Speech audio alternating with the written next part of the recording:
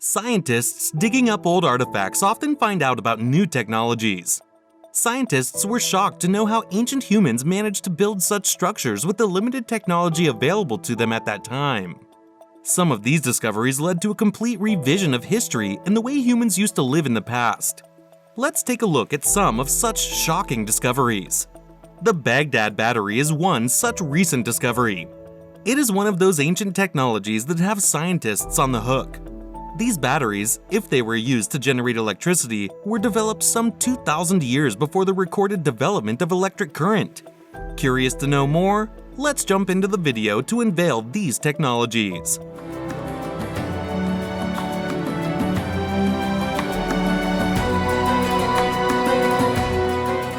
On top of our list is Damascus steel swords.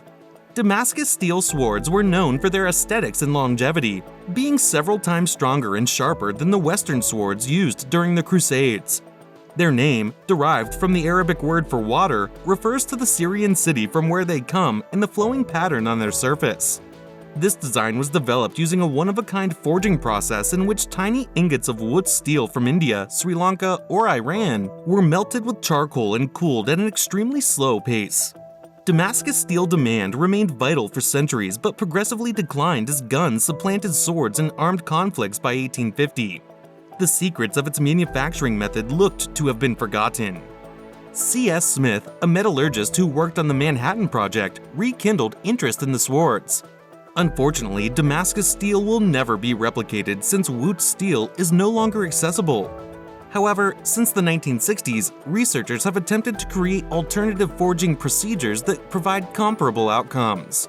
Research that took place in 2018 states that adding modest amounts of carbide-forming elements like vanadium-5 is the way to proceed. Now, let's talk about the Voynich Manuscript that is unreadable. You are in for a real treat if the Voynich Manuscript is something that you have never heard of before. According to the researchers, the handwritten and hand-drawn manuscript was created sometime during the 15th century in Central Europe. It features text in an unintelligible language and hundreds of illustrations, including a myriad of drawings of miniature female forms, most with swollen abdomens, immersed or wading in fluids, and oddly interacting with interconnecting tubes and capsules. In 1912, it was bought by Wilfred M. Voynich, an antique trader who was of Polish and American descent. Everything else about it remains a total enigma. After doing investigation on the product, an electrical engineer and his sons recently came up with the theory that it used a phonetic transcription of a Turkish dialect. In addition, a scholar from the United Kingdom would publish a report claiming that the local tongue was a Proto-Romance language. Both theories have not yet been put to the test. The next mysterious technology which we are going to discuss is the mechanism of Anticathera. The Anticathera Mechanism was discovered off the shore of Anticathera, a tiny Greek island between Kythera and Crete. It was discovered in 1901 by divers looking for sea sponges when they came into a layer of submerged debris from ancient antiquity. The titular gadget was unfinished and in disrepair, but it seemed to be made out of 37 bronze gears housed within a wooden box. Scholars first hypothesized that the Anticathera mechanism, which was discovered to be almost 2,200 years old, served as an early computer. This idea was dismissed as too implausible, only to be reinforced by more extensive research conducted in the 1970s. The prevailing opinion is that the mechanism was an orrery, a solar system model that calculates and records cosmic time. CT images illustrate the mind-boggling intricacy of the device. The Anticathera mechanism was described as a genius's work, integrating cycles from Babylonian astronomy, mathematics from Plato's Academy, and ancient Greek astronomical ideas. It could compute the ecliptic longitudes of the moon and sun, the moon's phases, the planet's synodic phases, the Metonic calendar omitted days, and the Olympiad cycle, among many other things. Next, we will discuss the ancient earthquake detector, Hufang Didong Yi. Every year, advancements are made in earthquake detecting technology, which allows for the prediction of natural catastrophes and the subsequent saving of lives. However, it's possible that the technology isn't all that cutting edge. In ancient China, a seismoscope known as the Hufang Didong Yi was used to detect earthquakes. This seismoscope, which dates back 2,000 years, was considered to be the first earthquake detection instrument ever reported in history. Zhang Heng was the one who came up with the design for the instrument. The Renaissance man, also known as the Leonardo da Vinci of China, was a pioneer in the fields of astronomy, engineering, science, and scholarship in addition to being an artist. Even while all of his huge body of work and accomplishments are impressive, the crowning achievement is undoubtedly his seismoscope. The Hufang Didongyi has the capability to remotely detect earthquakes occurring several hundred kilometers away. The jar contraption included 8 tubed projections on the outside that were fashioned to look like dragon heads, and the base featured 8 toads that were similar in appearance. The motion of the seismic wave was represented by the toads in a manner that was specific to each direction. The previous technology consisted of dropping the ball into one of the toads to indicate the location of a distant earthquake. Do you know that concrete used by Romans in their time was a non-cracking cement? Many ancient Roman building projects would not have been feasible without Roman concrete.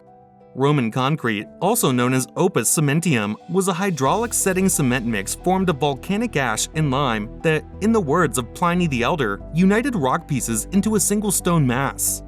The oldest documented mention of Roman concrete is from 25 BC and comes from the architect and engineer Vitruvius's text titled 10 Books on Architecture. Vitruvius advises builders to employ volcanic ash from the city of Pozzuoli in Naples. It was combined with lime in a 3:1 or 2:1 ratio if the structure is beneath water. Roman concrete was still a novelty and infrequently used when Vitruvius published his 10 books on architecture. This changed in 64 AD when a fire destroyed 2/3 of the imperial capital. Nero's construction regulations required sturdier foundations when the survivors began to rebuild. Roman concrete, which, according to Pliny, does not fracture, allowed for the creation of architectural marvels such as the Pantheon, the world's oldest and largest unreinforced dome. The last technology of this video is the Baghdad Battery, an oldest kind. Baghdad Battery is without a doubt one of the most contentious ancient innovations on this list. Furthermore, the antique equipment was stolen in 2003 and is yet to be recovered. The Baghdad Battery, also known as the Parthian Battery, is a 2,000-year-old historical artifact that might be an early form of a battery. A German archaeologist unearthed the old device in Kujut Rabu, a location just outside of Baghdad, in 1983. A copper cylinder and an iron rod may be found within the clay jar. Pouring a weak acid into the clay jar, such as vinegar or even grape juice, would lead the battery to create around 1 volt of energy. But why would an ancient culture need a battery? That is currently unknown. In reality, archaeologists have only discovered 1 battery so far. Even more so, there is no written record explaining the jar's actual purpose. However, there are a few widely accepted explanations concerning the early invention. The Baghdad Battery might have been used to electroplate things, which is the process of applying a coating of one metal to the surface of another. Another theory is that it was employed in religious rites. Maybe the battery was used to shock worshippers into believing. Nonetheless, the exact function of the Baghdad batteries remains unknown, with no plausible explanation in sight. This brings us to the end of our video. Don't be afraid to suggest future videos in the comment section below.